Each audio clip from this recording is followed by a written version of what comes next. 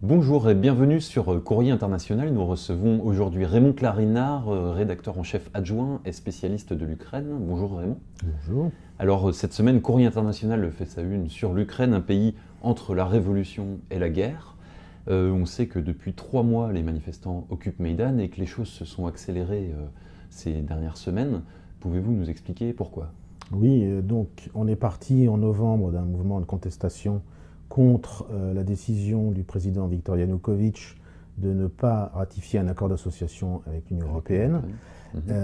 Et puis on est passé au mois de janvier à un stade quasi insurrectionnel avec les premiers morts. La répression s'est durcie.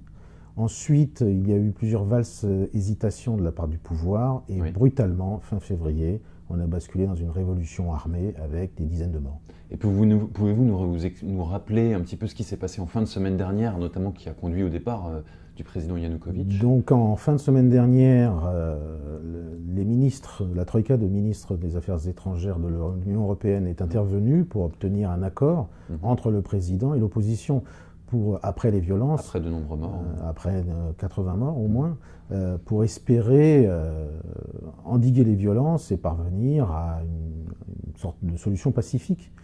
Et le problème, c'est qu'en fait, la foule était déjà allée beaucoup plus loin dans ses exigences et que même cet accord ne lui suffisait plus. Et pourquoi l'accord n'était pas suffisant? Parce que cet accord, en fait, revenait à donner encore sa chance au président Yanukovych, puisque dans l'accord était prévu qu'une présidentielle soit organisée, anticipée en décembre, soit dans 10 mois. Oui. Alors que la foule exigeait... Et quelques mois avant la tenue normale de l'élection. Et quelques mois avant la date prévue, effectivement, qui était aux alentours de mars ou avril 2015. Oui.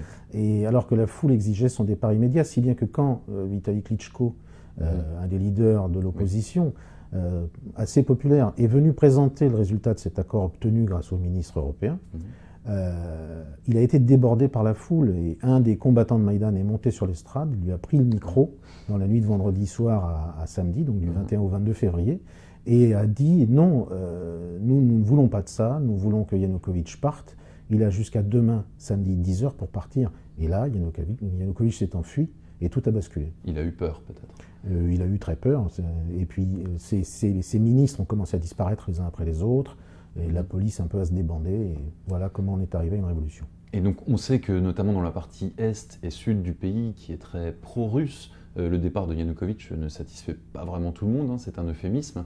Et on voit que le pays est maintenant divisé. Est-ce qu'il y a un risque de guerre civile en Ukraine? Oui, je pense qu'il faut parler franchement. Ce risque existe. Peut-être qu'on va y échapper, mais ça va demander des trésors de négociation et de subtilité à une opposition qui est de toute façon, je le répète, débordée par la foule.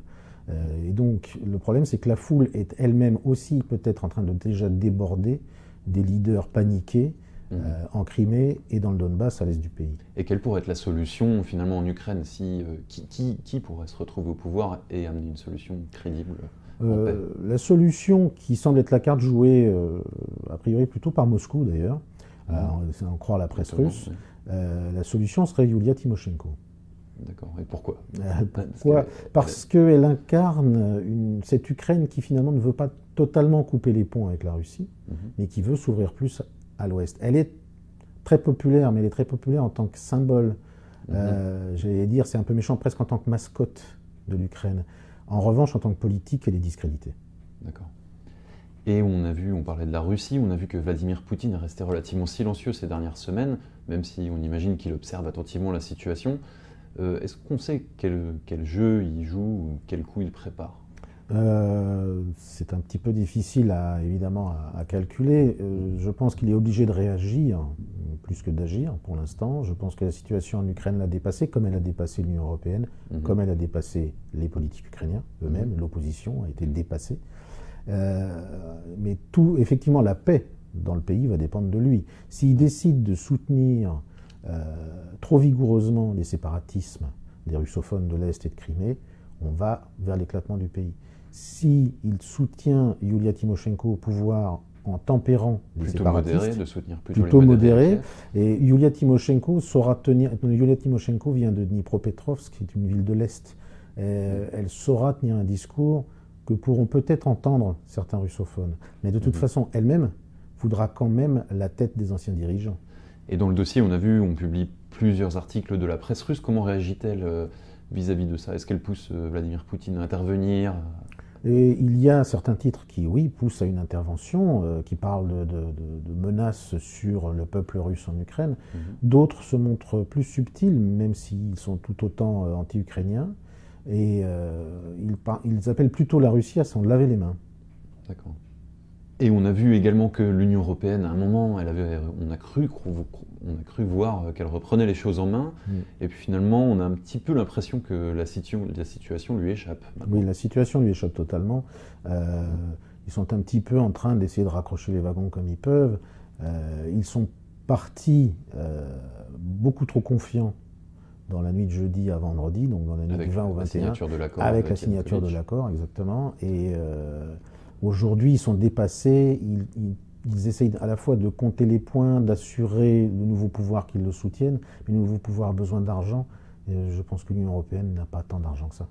Mais est-ce que finalement l'Ukraine a vocation à devenir véritablement européenne? Non, non, non. C'est un pays trait d'union, qui pourrait d'ailleurs jouer un rôle très important à l'avenir, comme trait d'union entre une Russie riche et puissante et une Union européenne qui irait mieux. On l'espère en tout cas. Merci Raymond. Merci. Merci à vous et on vous rappelle que vous pouvez retrouver notre dossier spécial sur l'Ukraine cette semaine en kiosque. Merci et à bientôt.